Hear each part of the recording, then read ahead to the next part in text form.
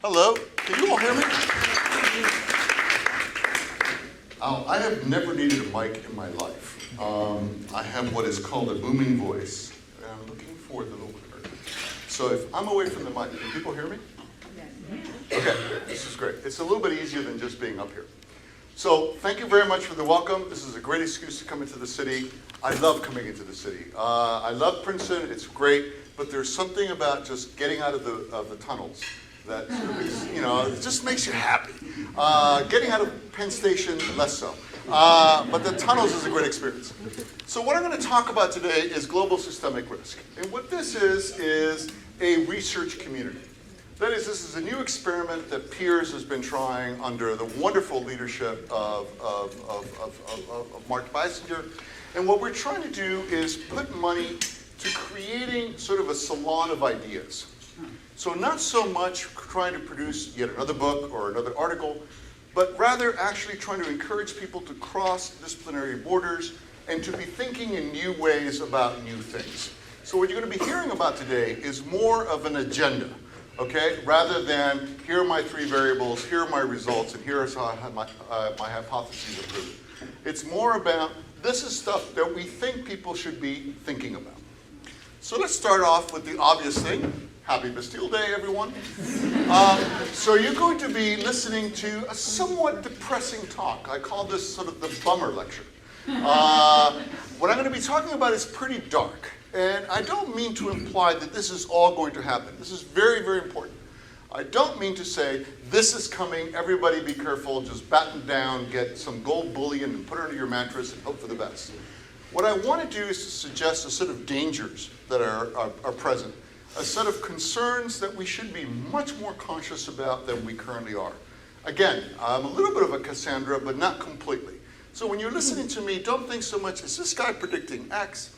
As so much as I'm saying, there is a possible probability that this could happen, and we should be taking this into account. So, what is it that we're talking about? So there's all these arguments about globalization. We've got Tom Friedman on the other one, my favorite thing about Tom Friedman, his version of globalization is I met an Indian software writer somewhere in the first-class lounge of Alitalia, okay? Then you've got, your standard sort of, this must be Genoa, this is anti-globalization. So we've been surrounded for the last 20 years with this talk about globalization. And some would say it's good, okay? And so they point out to the incredible wealth that has been created since 1945. We can date the latest phase of globalization. I mean, globalization is very old. If you think about it, the population of the Earth is a process of globalization from about, let's say, 70 to 60,000 BC. But this latest phase has just seen this remarkable increase. You've got a remarkable increase in, over here, these are human contacts. That is, students traveling abroad, phone calls, travel, airlines. So basically, the pro-globalization message is that we're getting to know each other much better, we're getting to see each other much better, and we're getting rich as we do it. And except for a couple of cases, we're all getting rich somewhat simultaneously. The bad is, well, we're getting rich, but some are getting much richer than others. And have we reached a point where that difference, in a sense, starts becoming a systemic problem? So it's not even an ethical problem. Does that difference in the rate of wealth become a problem in itself? And more obviously, there are energy consumption. Can the planet, in a sense, subsist off this? And we've heard a lot of these. My view on globalization is a little bit like gravity. It depends where you are. If you're on the Earth and you want to stay on the Earth, gravity is a good thing. If you're on top of a tree and you don't want to fall, gravity is a bad thing. So it depends very, very much where you are, whether you're going to see it as a positive or a negative. What I want to suggest is that we've been worried to a certain extent about the wrong thing. And here I like to quote Mark Twain, "It ain't what you don't know that gets you into trouble, it's what you know that just ain't so." And what I want to suggest is the ways we talk about globalization, it's just not so. The thing to worry about is not whether it's good or it's bad, very simplistic kind of arguments, about whether it's sustainable. That is, can this thing continue? can this thing on which we depend continue in any way? So what we want to talk about is globalization as a complex system. The global system is a set of tightly coupled interactions that together allow for the continued flow of information, money, goods, services, and people. So I want you to think about globalization not as this thing that you go, oh, this is just great in Tom Friedman column, or this is really bad in some streets in Seattle. But I want you to think of it as just these almost massive number of electrical circuits, or if you will, plumbing. Just this massive number, ever increasing in complexity, system of interactions. When you go to the airport in Newark and you get a ticket, that's an interaction. If you get an ATM in Rome, that's an interaction. When you use your charge card in Frankfurt, that's an interaction. When you buy a Wall Street Journal in Shanghai, that's an interaction. And we can think about this as a system that includes all these massive numbers of interactions, many of which are accounted for by people precisely in this room. Okay, a significant part of globalization is occurring precisely because of people at Princeton Club, for example. You are all part of this data.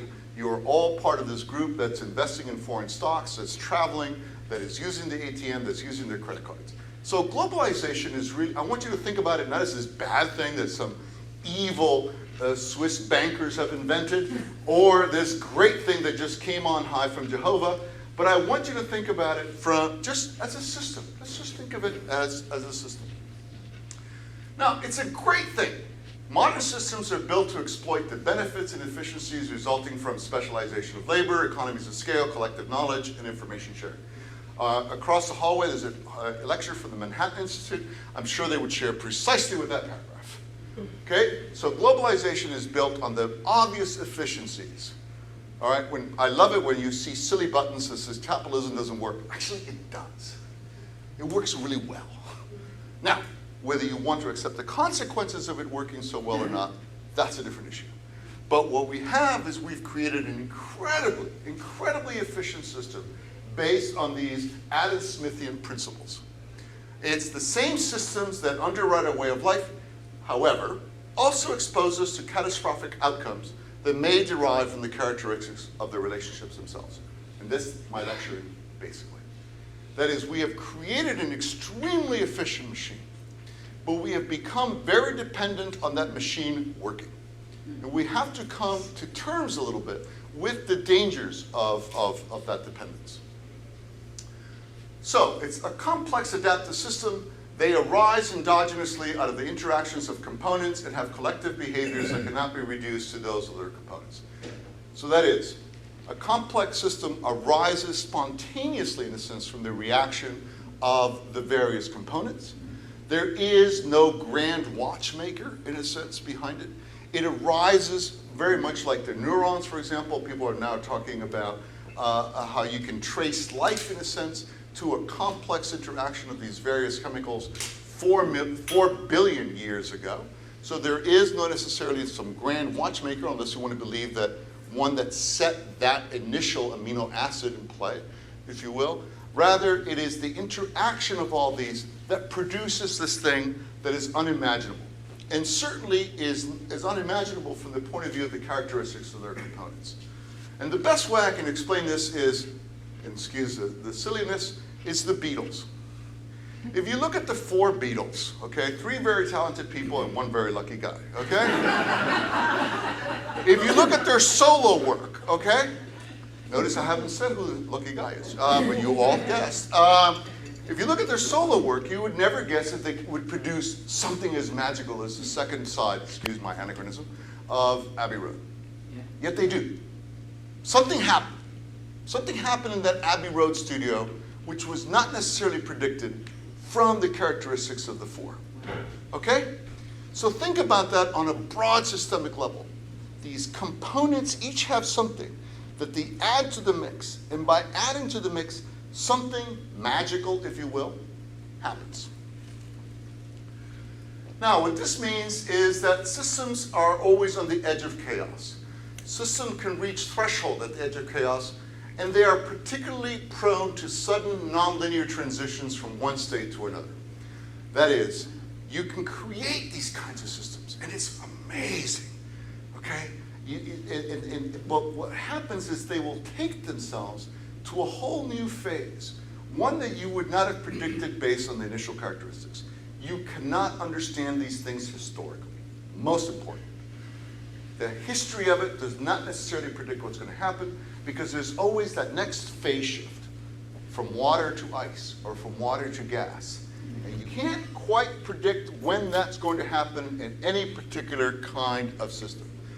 These can be the result of external perturbations. Someone comes in, somebody offers Paul McCartney a little bit better money, okay? Or the endogenous functioning of the system itself. Something about Paul McCartney just really pisses off George Harrison, okay? And you would never have been able to guess what it was, but it's there. If you watch the Let It Be movie, you see what it is. So systems that are both complex and densely interconnected are especially prone to what we call complexity catastrophe. That is, the system itself is so elaborate, it's so beautifully constructed, it's so tightly wound that it can't survive. Okay? It is its own, in a sense, worst enemy.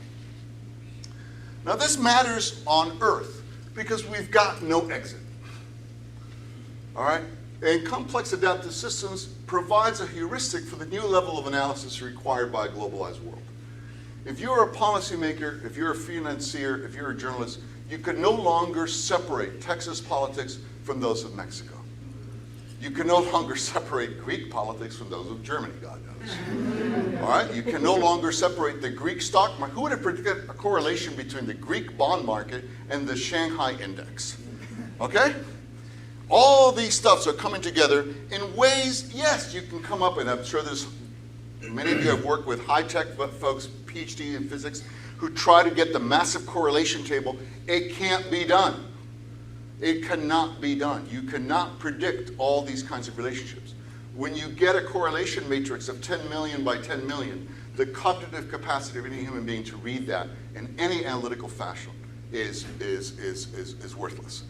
So the sheer quantity and breadth of interactions require a shift in our analysis of interdependence. We have to understand that we're now depending on something that we do not necessarily control. My favorite example is whether you want to be pompous about it and talk about the poem from Goethe, or you want to talk about the Disney Sorcerer's Apprentice with Mickey Mouse. We are Mickey Mouse. We have used this magic, and it's cleaning up the lab very nicely, but we're not in control of it. Now, it might be great. It might clean up the lab really well. Or it might not. We don't know. So here we have the paradox of modernity. We have growing connectedness of the world, okay? It's fantastic. I remember, even in my lifetime, okay, 20 years ago, if you were going to Europe, you would ask people, do you want anything from Europe? Oh yeah, can you get me a Toblerone? You can now get a Toblerone in Peoria, okay? You can get anything from anywhere. Okay, you can get sushi in Padua. Whatever you might want, it's now available. We've got increased mobility, okay? Everybody can go anywhere to a certain amount. You've got greater integration, but we've got this growing dependence on the effective functioning of multiple networks. We depend on these things working, okay? We're no longer, let's not romanticize the life of an 18th century French peasant, okay? It's not very nice. You live to be 30 and you eat turnips and potatoes if you're lucky, okay? But you are responsible in a sense for your own subsistence. We're very far away from that. We are so removed from the producers of our subsistence that we couldn't even trace it. That means we're dependent on this network of mutual dependence, if you will. Now, Immanuel Kant called this wonderful opportunity for a peace. That is, we're all dependent on each other, so why blow each other up? All right? You sell me peaches, I sell you apples, I want both, so therefore, okay, I'll let you live. All right? But the costs, you've got large numbers of interacting components, you've got emergent properties, and we'll talk about those in a second, you've got critical thresholds, and you've got this wonderful quote from E.A. Ross: the sinful heart is ever, I wish academics still wrote like this. The sinful heart is ever the same, but sin changes its quality as society develops. Modern sin takes its character from the mutualism of our time. Under our present manner of living, how many of my vital interests I must entrust to others? But this spread out manner of life lays snares to the weak and opens door to the wicked. Interdependence puts us, as it were, at one another's mercy, and so ushers in a multiple of new forms of wrongdoing. Every new fiduciary relation is a fresh opportunity for breach of trust. Every single time we trust somebody is an opportunity for that trust to fail, not because of necessarily malfeasance, but simply because the system doesn't work. I'll skip this. This is more for an academic audience. There's Knighty in risk and uncertainty, and he says that risk is something you can put a number to, uncertainty is not. We're using risk in a much broader manner, but let me just, but we're using risk in this way. So it's the combination of exposure, how much you've got in the game. You've got the uncertainty, and you've got the known knowns, the known unknowns, and in honor of a portrait that's over there, you've got the unknown unknowns. And you've got iterations of this all the way down the line. And I want to argue that the percentage of the unknown unknowns is getting higher and higher and higher and higher. So you get something called emergent risk. So what are we talking about? Systemic risk is risk to the system that is posed by interconnections or network of its constituent parts. We are dependent on Saudi oil. Well, actually, we're not, but East Asia is. All right, so if you take a snapshot of air tanker traffic outside of the Strait of Hormuz, it all turns left. Okay, we're not dependent on Saudi Arabia, but East Asia is. So you're worried about the Straits of Hormuz. That's systemic risk. Emergent risk arises from how individual parts are connected to form the whole. It is not reducible to the individual components. So you can't get rid of the risk by taking into account political instability in the Middle East, because other things. And the example that I used is systemic risk is one bad apple. Okay, you've got one bad apple and it infects all the other apples. You've got a problem in the Straits of Hormuz and it infects all the energy transfers throughout the world. Emergent risk is just the risk of being in the barrel. Something about being in the barrel is just not a good idea. You put all these pieces in the barrel and something could happen. Another basic concept is robustness versus fragility. So robustness is the ability of a system to absorb large shocks. And complex systems display a surprising degree of tolerance. All right, we saw that even in 2007, 2008. They display a surprising degree of robustness. Local failures rarely lead to systemic failure. Fragility often comes with high performance. Fragility allows small shocks to be magnified exponentially. And the way I explain it is by thinking about a Volkswagen Beetle, which I used to own. Okay? Volkswagen Beetles are great. You could fix any problem with a stick and a roll of duct tape. All right? In fact, I drove one that didn't even have a floor. It had 2x4s. Okay? It was fantastic. Now, a Porsche. Oh, that's a thing of beauty. Okay, it works beautifully. Everything just works right. Now, of course, if you're in the Autobahn and you have an unlimited American Express card, you would rather be driving the Porsche. How about if you were in the desert and you had 150 miles to drive? Would you rather have the Volkswagen or the Porsche? I suggest you want the Volkswagen. Because if you've ever driven a semi-high performance, I recently bought a very, very, very used BMW. Don't be afraid, Princeton faculty are not paid that well. All right? And it drives me crazy. Because if there's one screw loose somewhere, it goes, service engine immediately. Okay, the Volkswagen, the whole thing could be falling apart. It would just go on and on and on and on. It wouldn't care. The BMW is a beautiful machine, but it's designed to work perfectly. And if it has one speck of sand in the wrong place, it just goes, I'm sorry, I can't go on. All right? We have created a very fragile system. It's incredibly high performance, but it depends on it continuing working. We also have the problem of what I call conservation of catastrophe. And this is from Robert McNeill, one of the great historians of the 20th century, who talks about maybe there is something like a thermodynamic law of catastrophe. You can't avoid it. All you can do is move it. And the best example of that, that's the reason for this thing, is forest fires. You can put out lots of little forest fires, But what it essentially means is you're making yourself it's more probable that you're going to have a massive conflagration for lots of complicated reasons. Well, similarly, we have created a system in which we try to dampen every single small thing. Nothing bad can happen, okay? Your train can't be late. Most people's idea of a tragedy is their New Jersey transit comes in 15 minutes into to Penn Station. Oh my God, okay? We've reduced a lot of that. But have we, in the process, in a sense, made us more open to a massive failure of systems? So what are the sources of this risk?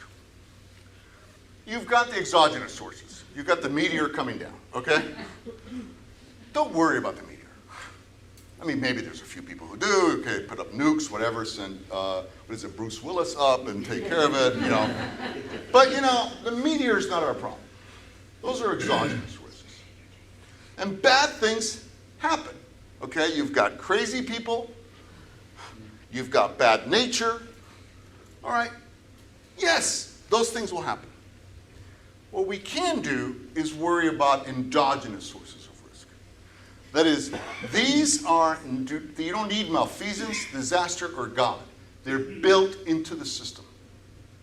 That is, the very system, the way it is designed, means that there's a failure built into it. What does this consist of? It can consist of things like normal accidents. This is an ex-professor of mine, Charles Perrault, wonderful title, Normal Accidents. And what he talks about is if you create systems that are very tightly coupled, that is, that every single part is connected to every single part, and that they're very complex, okay, the chances of accidents being normal rapidly increases. Something is going to go wrong. You cannot build a Pinocchio that perfect. Something is missing, okay? And the more you couple things and the more complex you make it, the harder it is to fix it. You combine that with black swans. That is, we don't, and of course, anybody who invested in Russian bonds in 2001, for example, et cetera, you know that this tail gets very, very low. But all you need is the interactions to occur enough, and all of a sudden, the 0.000001 probability down here starts becoming real. Where these three things that have never been correlated before get correlated. Once in a lifetime. How many events have we seen in the last 10 years that go once in a decade, once in a century, once in a lifetime? You go after a while, you go, yeah, right, okay? It's because the number of interactions increases. So the probability, even if it doesn't increase a la Perrault, you start getting into these tails. Moreover, you have things that are complicated. And one version of complicated is many parts and intricate arrangement. This is an organizational chart of the Health and Human Services Secretary. All right? These things are really complicated. That's not the problem. The real problem is complexity. And these are the non-random or correlated interaction between the parts. These are relationships that create a differentiated structure which can interact with other systems. And let me give you an idea. Flocks of birds or schools of fish. If you've ever sat in the dawn and you see the flocks of, you just finished your paper, you go outside your window, you're like, oh God, thank you. And you see these wonderful flocks of birds migrating. There's no big bird that's going, okay, let's make a helix. All right, everybody, sort of like the Ohio State marching band director. What all this can be reduced to is each bird knows, keep 2 feet to the left of the guy next to you, or whatever it might be.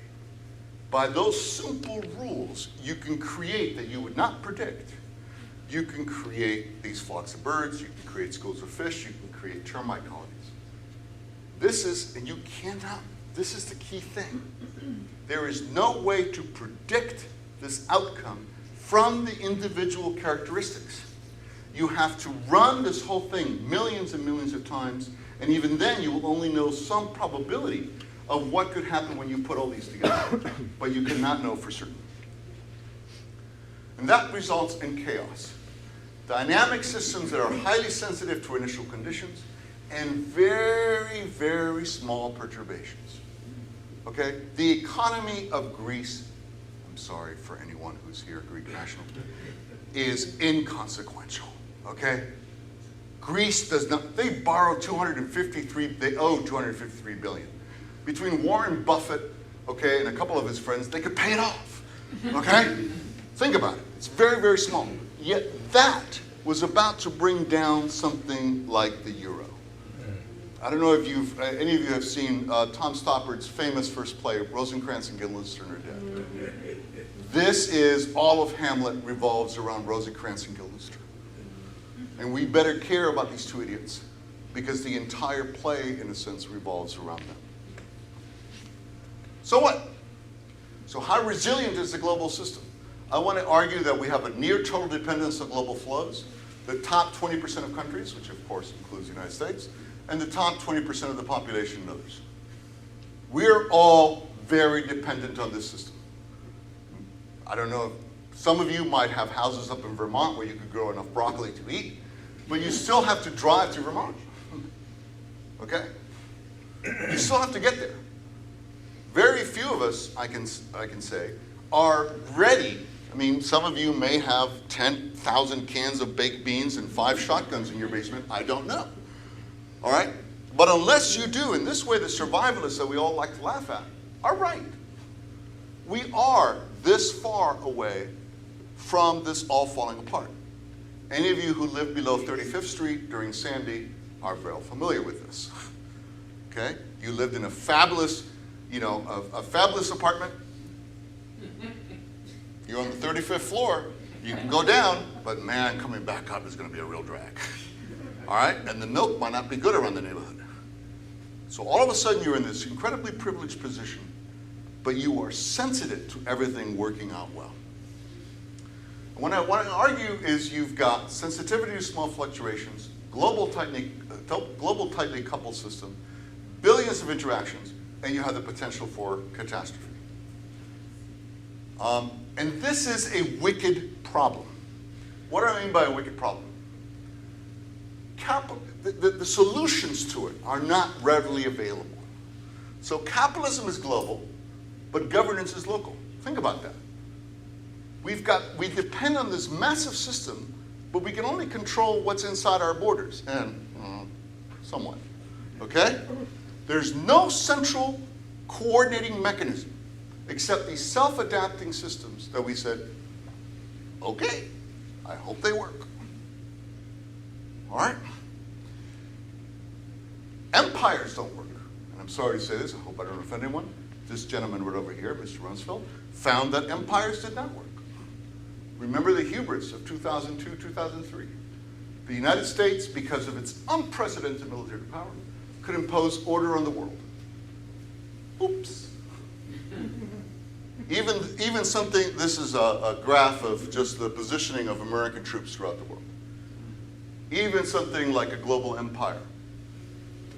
And I don't mean this in any derogatory, insulting way. It's just, I'm sorry, you look at this and you go, oh, well, what do you call that? Okay.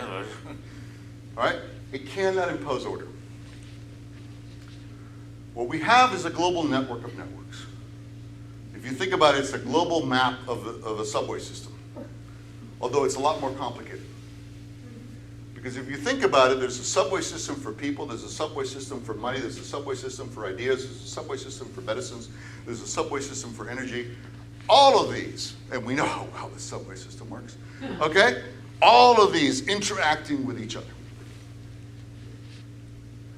And these are networks.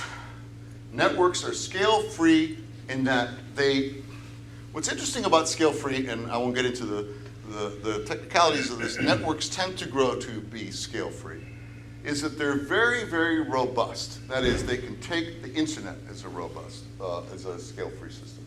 They can take a lot of hits, but the wrong hit can cascade very, very quickly.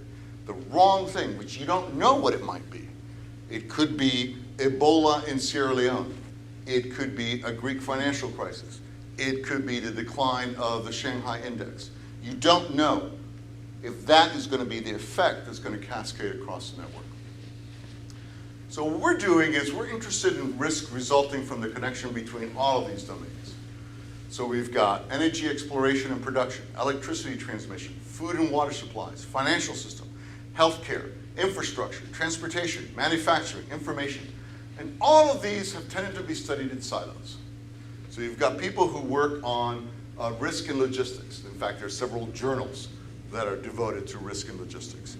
You've got journals devoted to energy. You've got 1 million journals devoted to financial risk. Okay? You've got all of these. What no one is doing really is trying to put these together and trying to figure out if it's the same beast. It's the same grammar, if you will, but different nouns. Okay? That is, that it's the same problem, whether it's a virus that assaults the human beings, whether it's a virus that assaults computer networks, whether it's a failure on part of some kind of infrastructure. Are all these interconnected, and how do we begin to understand them? And that's what we're trying to do. So let me just give you a few examples. Trade. So we've used network analysis to examine the structural characteristics of global networks, and there's lots of paper on this. So you basically put in the matrix of who sells what to whom, and you try to come up with some components of what this network looks like. By the way, just to give you an idea, this is from a previous project. This is all of global trade. These little outside circles are regions. This big donut here is between regions. So this is global trade. Everybody trades with everybody. And what you do is you cut it down to the 75th percentile, the 50th percentile, and the 25th percentile. And you very early realize that global trade is really between about 5 or 6 players. The rest of the world doesn't. It's this. It's this relationship. NAFTA, ASEAN, China, and the EU, and the rest of the world, basically. All right, so what we're worried about is that particular network. This is also, if you have time, if you're interested in these things, we've created a sort of an app that allows you, depending on the commodity, to create maps of how the trade works, and you can start seeing the complexity of these. So you can get a topology of what the trade network looks like. The physical network of the trade routes. So we have maps, for example, of the world plane routes and sea routes. And something like 80% of world trade is still sea-based. And if you look at it, it goes through 6 very, very clear holes, if you sense, in the needles. Panama Canal, Gibraltar, the Bosporus, the Straits of Hormuz, Malacca. Malacca is the scary one. If you've ever seen photographs of Malacca, each way is about a 2-mile channel. It's about a 2-mile wide channel. So you are taking a huge percentage of world trade, and you're depending on this 2-mile highway just to always stay open. Okay? And if you break that, then you can break into the whole sort of the cascade of trade. Particularly food trade. Colleagues in the engineering department have translated all the world food trade into water. Essentially, all food trade is about exchanging water. A kilo of beef is about 10,000 liters of water. So China right now, some of my colleagues, Aaron Freeberg, et cetera, fear China. China is in an extremely weak strategic position because it imports massive amounts of water. China is dying. It has no water. North of the Yangtze, there's no water. So it needs to import this food, and that food is coming via these same kinds of routes. You've got a connection between trade and finance. That is, in order for me to sell you something, you've got to be able to get the financial instruments available to do so. And we have seen, of course, people used to talk about finance being a robust system. Too bad. If you look at 2007, 2008, you realize how much it didn't depend on the stupidity, greed, or malfeasance of any individual actor. It was the fact that the network was organized in such a way that small failures could not be contained, and Lehman Brothers being the obvious example of this, and the saving of AIG being the counterexample of we have to do this in order to stop this particular contagion.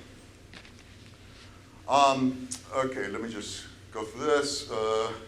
So the next crisis is have we created these relational structures and organizational processes that create systemic fragility. That is, that I am so dependent, not on you, I'm dependent on your creditor of, I'm sorry, your debtor of your debtor of your debtor of your creditor of your debtor of your creditor of your, all the way down the line. And you might be a very, very good credit risk, but the Bank of Lithuania goes up and boop, boop, boop, boop, boop, boop, boop, boop, boop. The dominoes fall, and all of a sudden you're no longer. And there is no way that I could do the kind of research that would track that down.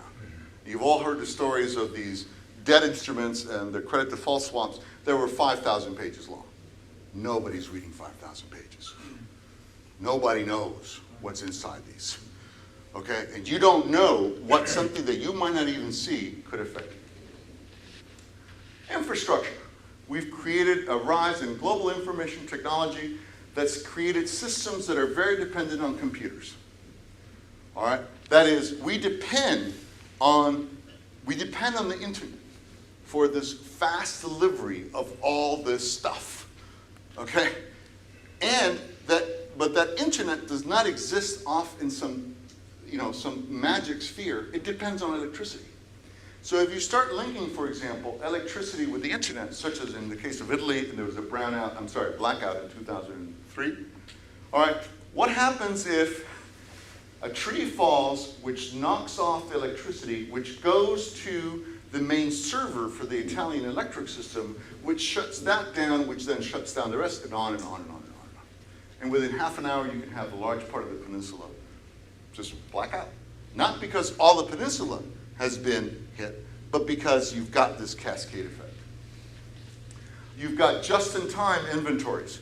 That is, we now depend. I got an MBA in 1986 in the dogma then just-in-time, just-in-time, just-in-time. Just-in-time makes sense. Why have a warehouse full of widgets when you're only using 5% of them a day? You want the FedEx plane arriving with your 5% of widgets every single day, and you make a lot more money. That's great, as long as the FedEx jet lands. And we've seen examples such as the unpronounceable volcano in Iceland in 2010, where all of a sudden massive logistical problems were caused. Or the disaster in Japan, the floods in the floods in Thailand. Each one of these caused massive logistical headaches all the way down the line, because the sub-widget which goes to make the sub-widget which goes to make the sub-widget was no longer available. You've got climate change. And we like to worry about, oh my God, the Hamptons are going to disappear. Okay, whatever it might be, all right? Don't worry about the Hamptons disappearing, okay? What about if our ability to predict the weather starts going down? Our ability to predict precipitation and temperature is declining. And our system, as Max Weber, whose name must always be said by any sociologist, said that capitalism was about predictability, about quantifiability. What if we can no longer have models that will accurately predict within some range what the harvest is going to be in Iowa, what the temperatures are going to be? We've got increasing evidence of greater and greater turbulence on North Atlantic flights. What if that turbulence increases to the point that taking a flight from New York to Heathrow is no longer the equivalent of just taking, a train to Philadelphia? When it starts becoming much more problematic, not just for the passengers, but for the cargo on the plane. Okay. And we have to remember, we sit here and we sort of go, hey, look, nothing can touch us. Well, I'm sure there was some Maya king in 9th century Guatemala going, hey man, we got it made. Let's make more statues to me, okay? Well, we've got lots of examples where a very small perturbation brings down civilizations. Civilizations that were much less fragile than ours. Public health, all you have to do is be a citizen of the Americas and realize that the arrival of a few people caused the most horrific loss of population in the history of the world. 95% of the native population of the Americas disappeared in 100 years. all right? Some malfeasance, granted, but a lot of it was just bugs. Global transport has made this much more possible. It used to be, plague hit your ship, everybody would be dead before you got to the harbor. Not anymore.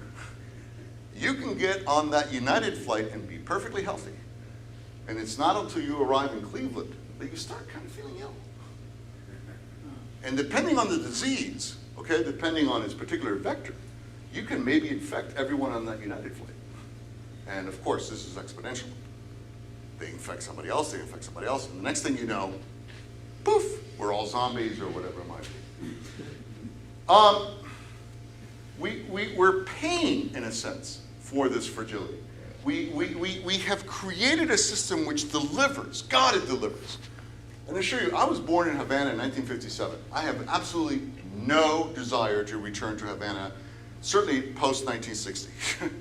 Okay? Autarky has its limits. I'm not a romantic of autarky. All right? So we live in a much richer world. We have much greater opportunities. But have we taken responsibility, in a sense, for that fragility? Have we realized, or are we the kind of spendthrift bad story of the 19th century of the kid who thinks that the trust fund will always go on? We are living on a trust fund. We're living on a trust fund of a system, and yet we expect that system to continue. And what we're trying to do is figure out, is this real? Does the system pay for its efficiency with robustness? Is this a zero-sum game? Can we create a generalized model of emergent risk? Are there policies or institutions that would reduce it? And we're hoping to do this. We've been at this for 2 years. We're trying to get a whole bunch of people together from various universities across the world. We're having to have a conference in the fall of 2016 where we would try to just come together and go, what is this thing? And how can we address it? And we've got a research community with lots of folks in Princeton. We've got all sorts of events with all sorts of partners. And again, what we're hoping to do is not necessarily produce an answer to any of this, but simply to suggest an agenda of questions that might be asked if we want to be careful. And on that, thank you very much.